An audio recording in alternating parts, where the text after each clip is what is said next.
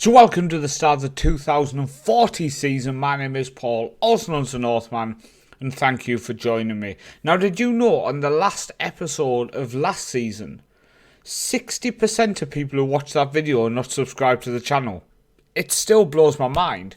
As I record this, we're closing in on 1,000 subscribers. So thank you everyone who has tuned in and joined me along this journey so far. It is very much appreciated. I'm loving the content that I've brought to the new channel. I really am enjoying that. I do also have a golf channel. So quick plug to that. I'm going to actually start putting the link in the description of videos. So the link to my golf channel is linked below. 99% of it will be YouTube shorts, so less than 1 minute per video, so please go and check it out. It's just a bit of fun. I record a bit of content when I go outside into the real world. I'm joking with panic. Going outside, I mean, who would choose to do that? I know, we have to have jobs and everything in the real world. So, 2040 season gets underway. And we start by looking at our social profile. So, we're up to 54k, 651.8k followers now on social media. Our core's gone down, casual's gone up. Bit upsetting. 7% hardcore now, 26% core, 27% family, fair weather's 13%, casual 27%. Supporters' influence on the board is low. Season ticket holders is up to 1,617 with 500 season ticket waiting list people. I think I said that wrong. 500 people on the season ticket waiting list. That makes more sense. So jumping forward in the Norwegian team of the year this year, the players' dream team, Midskogen is on the left wing, so fantastic from him. Always nice to see one of our players getting in a national team's players' dream team of the year. So great. It's just come one of these videos where I can't speak. Great of Midskogen to get into that. So best men's player of the year, we obviously didn't get anyone in the top three there, but in the FIFA Pro Under 18 11, Sterling was selected among the substitutes, so fair play to him. 18 years old, he's had a good season with us, 20 appearances. Also, our academy goalkeeper is in goal there. Obviously, we have sold him Copenhagen, but let's just point out that our player who came through our academy is in goal there. In terms of the under-19 FIFA Pro, Conrad was the striker here, so fair play to him there, getting into the best 11 in the world in the under-19 division. Something coming up about him, shall we just mention.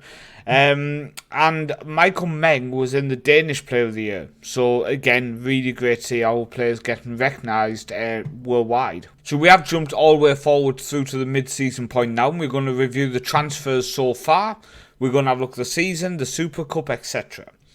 So we actually looked at most of these signings. Morales, Wolf, Hansen and Omar come back, and Little Skara coming back. All were reviewed at the end of the last video. But just quickly, Henry Hansen, who we signed age 16 from B71, was with us for a few years, ended up selling him to Germany, to Augsburg, has come back now for 3.2 million. So welcome back to the club, you absolute legend of the club. Omar Comeback, who we picked up for 1.8 million when he was a youngster, sold to Copenhagen, and we've now picked him back up for 3.2 million. Definitely a fantastic mentally and physically right back. And Robin Lidlskara has come back as well. I mean, I'm just over the moon to get him back. We signed him for 2.6 million. He was still young then. Sold for 10.5 million. Brought back for 1.9. He has 15 and 15 already, so that's the business I like to see. Another bit of business, Daniel Holman has come back on loan. We're obviously going to look at that in a second. Henry Pereira we've signed, a Colombian central defender who I think has a lot of potential. He's 6'2", 18 years old, and yeah, he's playing for under 18s this year. I think we'll move him into the B team next year, into the first team after that. He's first team quality. I think he's a top player.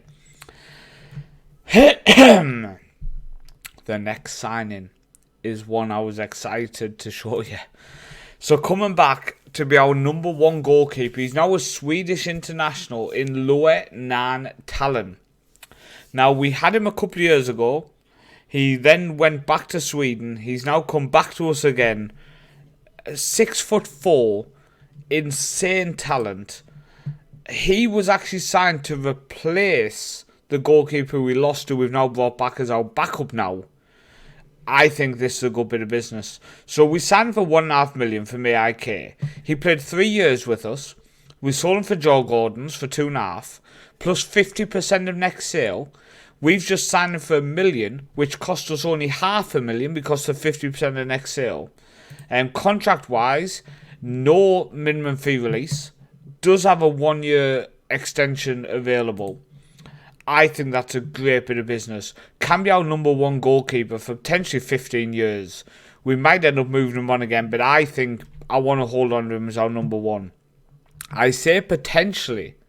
Oh, my green screen's messing up. Let's move that along a bit. I say potentially because Pablo Perez comes in from Sweden as well. He is Swedish, although his name sounds, I think he's got Peru, Uruguayan as the second nationality, but comes in for $1 million. 6'2" goalkeeper. A lot of talent, a lot of potential. We are going to probably have him in the under 18s for 2 years, then our B team. If he comes out of our first team, that will more than likely be because we've sold Nairn. But we are adding depth in the goalkeeper position. Cost us $1 million. He might not ever play for the first team, and we might sell him for a big profit. I don't know, but we've done some business there. And we have done some business. Bring him back, what? Let's have a look. 1, 2, 3, 4 players of our signings for this year all played for us before. They went away, they've come back mid-20s and add quality. They add quality. So in terms of players who have left us then, Vikaja went to Northland. He was never in our first team, unfortunately, so we've let him go. Happy to get him off the wage bill. Daniel Holman is the first big one. Now, obviously, signed for absolutely nothing. Had a good few years with us. Really, really stepped up these 2 seasons. 14 and 17 and 26 and 19. Then Southampton came in with a $4 million upfront, up to $9.75 million, plus a 50% of next fee. It's just a massive deal. We couldn't let him let that down. There's potential there to make huge money on him. We loaned out play to KI. One of our central midfielders from Czech Republic has gone on loan to KI for the season. Hopefully can get some good football. Madrigal, our young Costa Rican who went on loan to EB last year, has gone on loan to Vikingur Goethe this year. We sold Jacobson to Vikingur Goethe. Again, a player, he wasn't going to get in our first team. Let him go out. Sikorsky, who we did sign, we have lost money on him, I think. I'm sure we paid $1 million. Yeah, we paid $1 million. He went out on loan last year to Sirius in Sweden. He kicked up a fuss there, wanted to leave, so we have ended up just getting rid of him. We've let him go. So he's gone for $525k up to $575 plus 50% next sale. The big one is Conrad. Only sold for $2 million plus 50% of next sale. We paid 1.8 for him. He was very talented, but he just never scored goals. And sometimes you get them kinds of players who attribute-wise look fantastic, but just don't get you the goals. And he was one of them players. So we've ended up letting him go. Hegergaard we sent on loan to Iceland. Again, just never fit in. El Shenawi has gone for 240k. His contract was running out, so we were going to end up losing him for free. So 240k was just worth selling him. And then Paulson has gone to B36 on loan as well. So in the first 6 months, a lot's happened. A lot has happened, but when you look at our signings, I did say I didn't want to sign too many people, but when you look at our signings, 4 of them were at the club before, so they've come back. And Perez goes into the youth team. Pereira goes into the youth team. Morales went into the youth team. We've now actually sent him out on loan. Did we? No, we've actually held on to him. But again, goes into the youth stroke B team.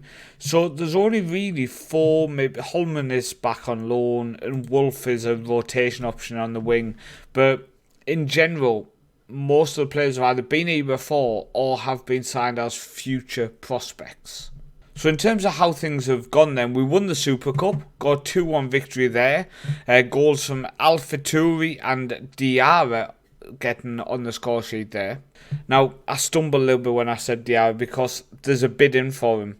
6.25 million plus 50% of next sale.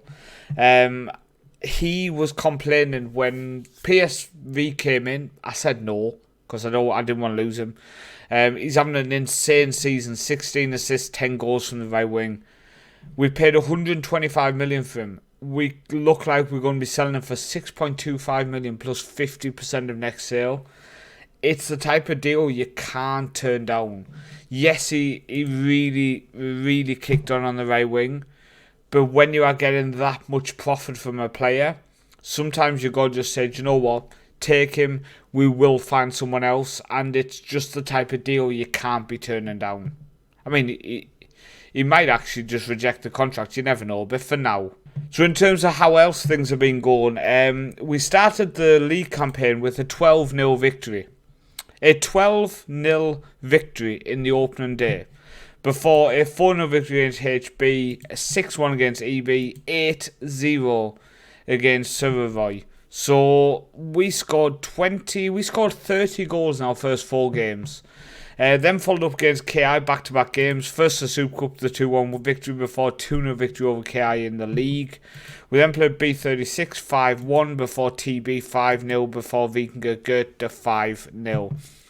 15 goals in 3 games there. And before playing in the Cup getting a 3-0 victory before we put 10 past Scala. So we played them twice and scored 22 goals.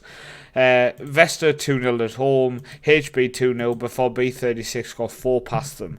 We then just played KI and 1-0 down, 2-1 up before a 92nd minute equaliser for them cost us a perfect record. And we did bounce back 3-1 against EB, Suroy 6-0 victory, and we've just beat Vesta 2-1 with a very heavily rotated side in the third round of the Cup. Brings us up against Vikingur Goethe 2 in the quarterfinals of the Cup, so we are in a very strong position there. Our B team also is in the quarterfinals against B36, so chance both of us will get to the semi-finals there, which is great to see. KI play KI's second team, and EB play B71 in the other games in the Cup. So in terms of appearances, goals, etc., top goal scorer is Midskogen from the left wing with 16, then Little Skara up top with 15, and then 11 for Diarra, who was now obviously has that bid in for him. Mishan with 7, and then Kilberg with 6. Kilberg is still just, as a rotation 2-star option, he's just bossing it. In terms of assists, Diarra's 18 in all competitions, Sturl with 5, Linderwood with 5, Kilberg with 5, and then you have Sundstrom with 4 and Mishan with 4, and then a few people on 3. Our team in general is looking very solid. Going into the second half of the season, I'm looking like we're going to have Nairn Talon in goal, Linderwood, Meng, Mosek and Hansen as our back line, which I really do like.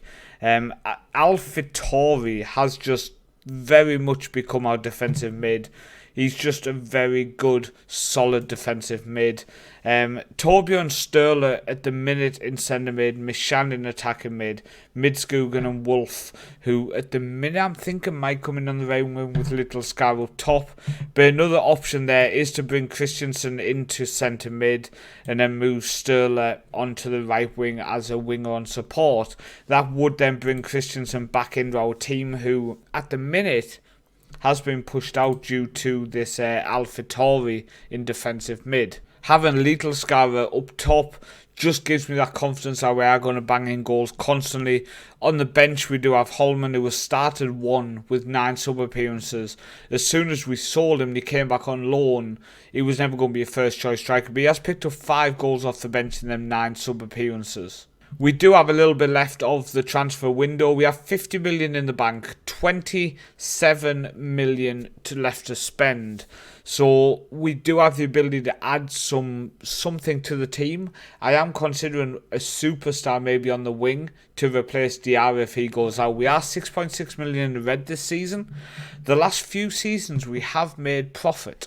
So if we can be in the positive again this year, I would be very happy, because it would be nice to continue to make us a profitable club. Now, our youth facilities are excellent. I have been trying to upgrade them, but at the minute the option for facilities isn't there. It's a bit annoying because obviously SI have made the fix. So we have gone from great to excellent, but I would like to go from excellent to state of the art. So if you could fix that, please, I'd be very happy. In terms of our reputation, etc., we've played 823 games now, winning exactly 600. So I'm fairly pleased with that, to be honest with you. Now, my profile in general, including the national team, we've now played 979 matches as a manager, winning 642, drawn 121, losing 216. Including the national team, we have a career win percentage of 65%, 21 games left before we hit that 1,000 games as a manager. So that is going to happen this season. As a team, we've won 44 titles, 3 runners-up, 1 bronze. I was in the first season coming third. And we've won 18 achievements as a manager personally. I just think we have a very strong side. We do have a very strong side. Even losing Diarra, we have a Rigset who can play on the right wing, who mentally is a very hard-working striker who can play on the wing. We've got Ekstrom, who could come in as a left winger and move Midskogen onto the right wing. That is an option. We have Cookie, who has been ever-present since 2033. But the fact he refuses to become a Faroe Islands player makes me not want to use him so much. It might sound bitter, but I'm sticking to it. We've got Oscar Sundström as well, who did move into being our first choice right winger at the end of last season. And there's no reason why he couldn't do that again, to be honest with you. But losing Diarra, part of me does think maybe checking the Faroe, well, I know the Faroe Islands, but checking the Danish, the Norwegian, the Swedish national teams, the actual starting 11, and seeing if we can pick up one of their wingers, if they are good enough to spend the big money on. Maybe it'll boost the whole team, bringing in a superstar on that wing. But that's an update of how this season has started and how it is going. I'm about to get into the proper nitty-gritty of the summer window. I'm about to get into the Champions League. I'm about to see what we can do. So join me for the end of season review, where we will look if we can pick up a big signing to replace Diarra, because I do think he's going to accept that PSV contract, considering he kicked up a fuss about wanting to go to them. So we'll see what happens there. But we have a good side. We have rotation options in every position. We have backup in every position. And I do think this could be our best season in the Champions League. I do want to get to the group stage for the 4th year in a row, I think it would be. And I do want to try for the first time to get into the knockout rounds. Let's find out what position we will be in to do that when you join us. But stop. We forgot to review the last couple of games in the Champions League this year. Hopefully next season, this video will start with we got to the Champions League knockouts, this is how it went. But so we played Dortmund first, lost 4-0 before playing Bayer Leverkusen at home and losing 2-1. So we ended up going out with a whimper, I would say, to be honest with you. If we go into current season, if we go into last season, going to the league phase, this is where we went out. So we finished in 29th place. Up there, you can see it. 29th place, 1-1, which was against Brighton, that 2-1 victory. Drew 3, Lyon, Man United and Copenhagen, losing 4. Leverkusen, Dortmund, Brescia, I think we should have beat Brescia, and Mira at home. If we'd won both them games, we'd have finished in the top 20, and then we'd have gone to the knockouts. So that shows we are possible of doing it. I can't believe I almost forgot to recap Champions League. I'm sorry. Please forgive me. But that is it for the episode. Thank you for watching. I've been Paul, also known as the Northman. I'm excited. to get into the Champions League and see if we can get to the group phase again, and then see if we can really push on this year, because the additions we've made in pre-season throughout this first half of the season, I think put us in a very, very strong position.